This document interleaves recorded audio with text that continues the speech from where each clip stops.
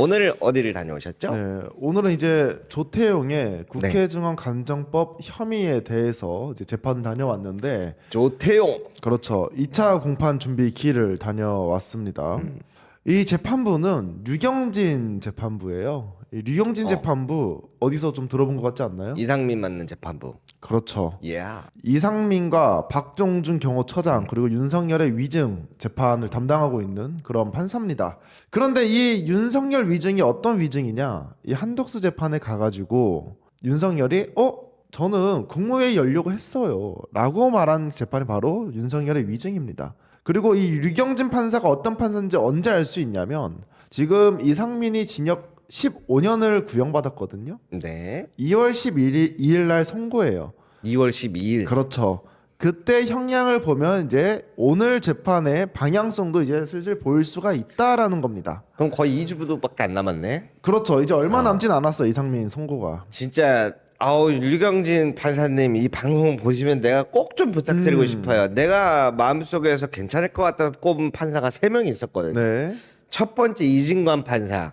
그 시점이 한덕수 증인 측에서 당시 대통령실 집무실 복도 관련한 CCTV를 전체를 등사를 원해요.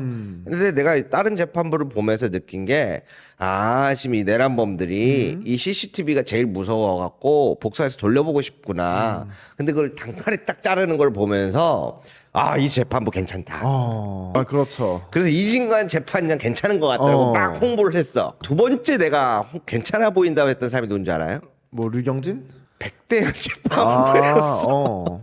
백대현 재판부 소송시 잘했어. 아니 잘했는데 그 유종의 미가 없어, 미가. 근데 형량 5년으로 그것만 아니었으면 딱 좋았는데. 그렇죠. 그리고 세 번째, 류경진 재판부 좀 괜찮은 거 보인다.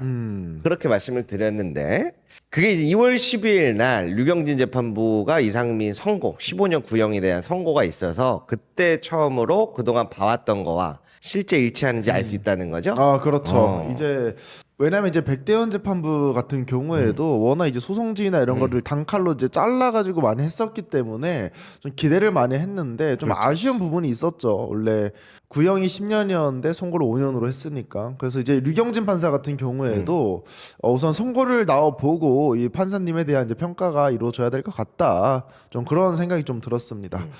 그래서 오늘 조태용 재판장에서 분위기 좀 어땠어요? 오늘 뭐 조태용 같은 경우에는 준비 기일이었기 때문에 한 준비 기일이었어? 15분 정도 이제 재판이 진행이 되었고, 이 준비 기일이라는 것이 소송을 어떻게 앞으로 진행을 할 것인가를 알려주는 거거든요. 그래서 뭐 날짜 잡고 그렇죠. 증거 제출할 거 있으면 제출하세요. 뭐 이야기하고 그냥 간단한 사전 그렇죠. 사전 뭐 재판. 사전 재판 이런 느낌인데, 우선 증인은 뭐 10명 내외로 소환을 할 거고, 그중에 우리가 가장 해볼 만한 사람이 홍장원 1처장입니다.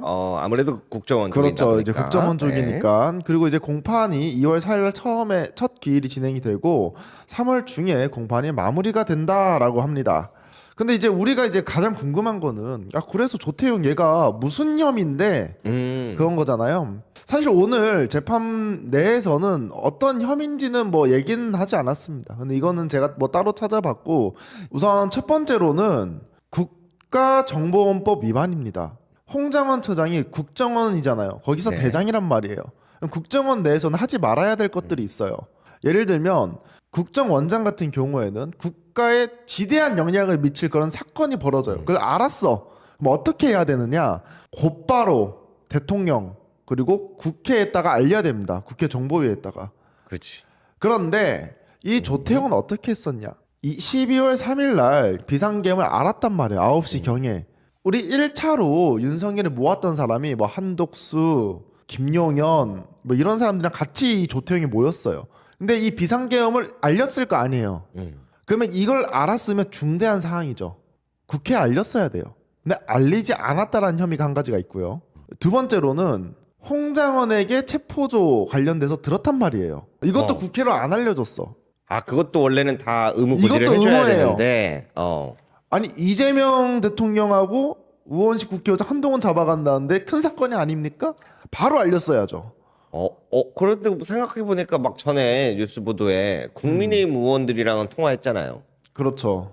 야, 그게 너무 어떻게 바라봐야 될지 약간 느낌이 난데. 그렇죠. 계속 이어서. 이제 그러한 상황이었고 국정원은 여러분들 정보를 다루는데 정보를 그러면 내가 좋아하는 민주당에게만 정보를 줘야 됩니까? 그렇게 하면 안 되는 겁니다. 그런데 그렇죠. 중립의 의무가 중립의 의무가 있어요. 정치적인. 그런데 국정원 내부 CCTV를 누구한테만 줬다? 국민의힘에게만 줬었다. 그렇죠. 홍장원 차장 관련해서. 그래서 홍장원 차장 관련해가지고 국정원에서 이 동선을 국민의힘에게만 준 거예요. 이것이 문제가 됐다라는 거예요. 근데 그거 준 것도 경위도 내가 지금 다시 생각해 보니까 사실상 홍장원의 그 메모, 체포조 메모가 그 증거를 탄핵시키기 위해서 국민의힘이 제출을 한 것 같고, 그죠? 민주당에서 요구한 본인의 동선을 안 줬고, 그렇죠. 그래서 조태용 이제 본인 된 건 거죠? 또 안 줬어요. 이러한 상황인데 변호인들은 이거에 대해서 어떻게 주장을 하느냐? 아니 홍장원이 대통령으로부터 정치인 체포 관련된 거를 난 못 들었다. 첫 번째 조태용이 그걸 못 들었다고 주장을 합니다. 두 번째로는 야 그거 CCTV 이런 거 내가 줬잖아. 이거 기간에 대응해 가지고 일 처리. 그러니까 당연한 프로세스에 의해 가지고 내가 준 거지. 내가 뭐 정치적인 의도가 있었던 건 아니야. 라고 이야기를 하고 있어요. 이렇게 주장을 하고 있는 겁니다. 앞으로 진행을 예상을 해보면 네. 사실 그 당시에 계엄에 있어서 홍장원 차장, 그리고 조태용이 저기 백대현 재판부가 맡았던 것 중에 하나 해외 깝죽 사건. 그래서 원래는 계획상 조태용이 미국에 설명하려고 하려고 그랬어. 계엄을 왜 한국에 하는지. 그래서 윤석열은 그쪽 주장은 그래요. 이야기 나오는 건. 그래서 윤석열은 조태용이 간 줄 알았어 미국에. 그렇죠. 그러다 보니까 자연스럽게 그 밑에인 홍장원 차장한테 전화를 한 거야. 그래서 그 체포조직 애들이 멍청해가지고 위치를 파악 못하고 있나 본데 좀 도와줘라 한 거지. 그렇죠. 그렇죠. 근데 홍장원은 그게 뭔 소린가 싶잖아. 그래서 조태용한테 갔어. 가서 이게 뭔 얘기죠? 어떻게 해야 됩니까? 이거 아까 지우 씨가 말한 대로 국회에 알려야 되는 거 아닙니까? 양측이 다 통화를 해보시죠. 라고 했는데 조태용이 나는 못 들은 거야 하면서 졸생 같다는 거 아니에요. 뭐 그렇다고 봐야죠. 그리고 나서 홍장원 씨를 거의 징계 처리했다고 봐야지. 네, 맞습니다. 그렇게 해서 쫓아냈다는 거죠. 이제 그러한 이제 상황이었고 또 뭐가 문제가 됐냐? 25년도 초에 국회에 나간 적이 있어요. 그 당시에 이제 국정조사와 정보위에 출석을 하게 되는데요. 이때 거짓말을 했다라는 겁니다. 비상계엄 선포될지 나는 몰랐었다. 사전에 인지를 그래서 못했다. 사전에 난 인지를 못했다. 그리고 대통령으로부터 지시나 문건을 받은 적이 없다라고 주장을 합니다. 그런데 특검은 뭐라고 주장을 하느냐? 야 계엄 선포 전에 너 윤석열 만나가지고 들었잖아. 왜냐 9시에 이미 만났으니까. 계엄 선포는 10시 30분에 이루어졌습니다. 그렇죠. 9시면 한참 그에 대한 이야기를 할 때네. 그렇죠. 한참 할 때예요. 네. 국무위원들 기다리고 있을 때네. 그렇죠. 그리고 두 번째로는 야 너 홍장원한테 정치인 체포 계획 들었는데 이거 몰랐다고? 야 그러면 정해졌네. 그러면 요 재판은 계엄 사전 인지에 대해서 재판부가 어떻게 볼 것이냐. 우리 이야기를 종합해 보면 누가 봐도 알았어. 당일날 9시에 만나기도 했고. 그렇죠. 모를 수가 없어. 그래 행동을 봐도 뭘 봐도. 근데 사전에 인지했다고 보기 어려워라고 꺾을 건지. 그렇죠. 그 꺾는 순간 이제 바로 신뢰 나락합니다. 그리고 두 번째로는 아까 지우 씨가 말한 중립적인 의무도 지키지도 않았어. 그렇죠. 그리고 오히려 계엄을 하는 정당에 도움을 주고 홍장원의 증거까지 탄핵시키려고 그거를 줬어. 그것까지 갈지. 그렇죠. 그게 조목조목 따져보면 되게 중요한 거거든요. 그러한 것들 중에서 어느 정도를 재판부가 이제 가져갈지 그게 중요하겠네요. 그렇죠. 이제 그러한 상황에서 이제 변호인은 뭐라고 주장을 하느냐? 인지를 당시 할 수 없었었고 그리고 인식한 것만 내가 진술했기 때문에 위증이 아니라는 거예요. 이 말이 좀 헷갈리죠.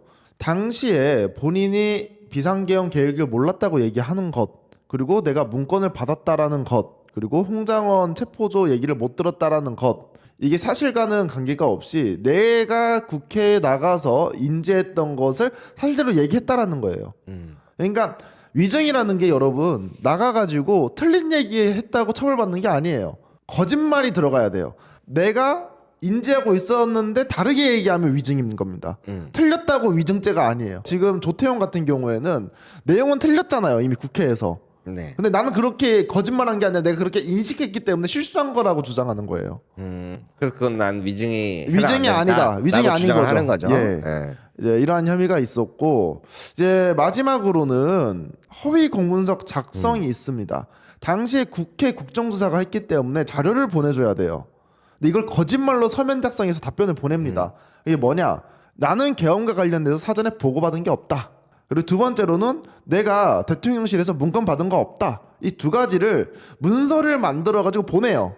근데 우리 그 이전에 이진관 부장도 그렇고 행사에 대해 가지고 공문서 작성 행사에 대해서는 무죄 받았었잖아요. 그때 왜 무죄 받았었죠?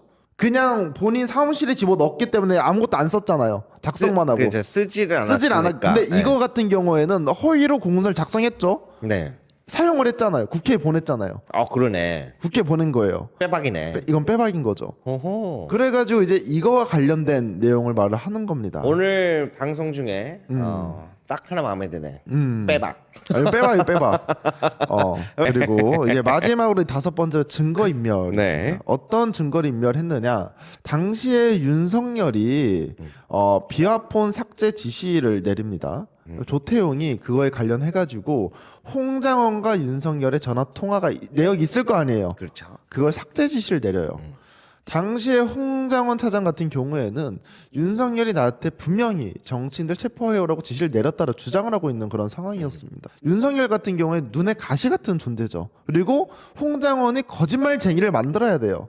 근데 만약에 비화폰 통화 내역이 없다라고 하면 홍장원 차장은 진실을 말한 겁니까? 거짓말쟁이가 될 수 있었단 말이에요. 그렇죠. 이것과 관련된 게 바로 증거인멸입니다. 근데 이게 왜 중요하느냐? 윤석열이 만약에 홍장원 차장 때문에 뭐 각종군 특전사령관 때문에 유죄를 받고 탄핵이 될 확률이 계속 올라갔던 거거든요. 조태용이 홍장원을 거짓말쟁이를 만듦으로써 윤석열의 탄핵을 방지하려고 했다라고 저는 이걸 해석을 합니다. 누가 봐도 도왔다고 느껴지죠. 도왔다라고 볼 수가 있는 거죠. 적극적으로 도왔다고 느껴지죠. 그렇죠. 그래서 조태용은 계엄 당일에도 국정원을 통해 가지고 내란에 가담을 했고 내란을 실패로 돌아간 그 이후에 수습도 함께 한 사람이 바로 조태용이라고 생각을 해요. 그죠. 내가 봤을 때도 지금 다시 평가를 해보자면 아까 얘기한 것 중에서 가장 여러 가지 항목들이 몇 개 주유 씨가 정리를 잘 해줬는데 중요한 거는 국회의원들을 체포하려고 정말 했는가 안 했는가에서 핵심 증인이 홍장원 씨거든요. 그렇죠. 그잖아요. 그렇죠. 체포조를 직접 명단을 협조를 받았으니까. 근데 그거를 탄핵을 시켜야 자기들이 계엄 내란 관련해서 이 살아날 확률이 높아지는 거야. 그래서 조태용 국정원장이 국민의힘 쪽에다가 그 홍장원 CCTV 동선을 준 이유가 난 이렇게 연결돼 있기 때문이라고 봐요. 그래서 아주 괘씸죄다. 그렇죠. 아주 괘씸한 그런 상황이고 이 초반에 말했던 것처럼 홍장원의 CCTV는 넘겼어요. 근데 본인 CCTV 같은 경우에는 안 넘겼지. 삭제하거나 제출 거부하는 방식으로 은폐를 했습니다. 본인 유리하게. 나는 갑자기 얘기 듣다 보니까 그 대통령 계엄 당시 집무실 CCTV 있잖아요. 나는 그거를 일정 주기를 놓고 여러 번 기간을 확보해야 된다. 당일만 볼 게 아니라 이거는 재량권을 인정해줘서 앞뒤로 일주일 정도짜리를 다 해줘야 된다. 그래야 계엄 직전에 정확히 어떤 사람들이 몇 번을 왔다 갔고 그리고 그러면 최상목, 이상민, 뭐 한덕수, 박성재 등등등 얼마나 뭐 왔다 간지 알 수 있잖아요. 그렇죠, 그렇죠. 그럼 그 타임라인이 쫙 맞춰질 것 같은데 그거를 이제 하나 해야 되고 계엄 이후에도 일주일 정도 해가지고 어떤 사람들이 왜 몇 번을 왔다 갔다 했는지가 그게 확보가 돼야 된다고 보는데 그게 없는 것 같은데 그렇죠. 지금 계엄 당일날 CCTV만 있잖아요 지금. 그렇죠. 그죠? 지금 계엄 당일 CCTV만 지금 틀어줬었죠. 지금 내가 얘기하다 보니까 이 내란 재판 관련해 있어서 핵심은 그거라고 난 봐요. 계엄 당일날 CCTV를 중점으로 오늘 재판이 이루어지고 있는데 계란이란다 또 계엄 앞뒤로의 그 내용을 전부를 가지고 확인을 해야 된다 타임라인을. 그게 중요하다. 그렇죠.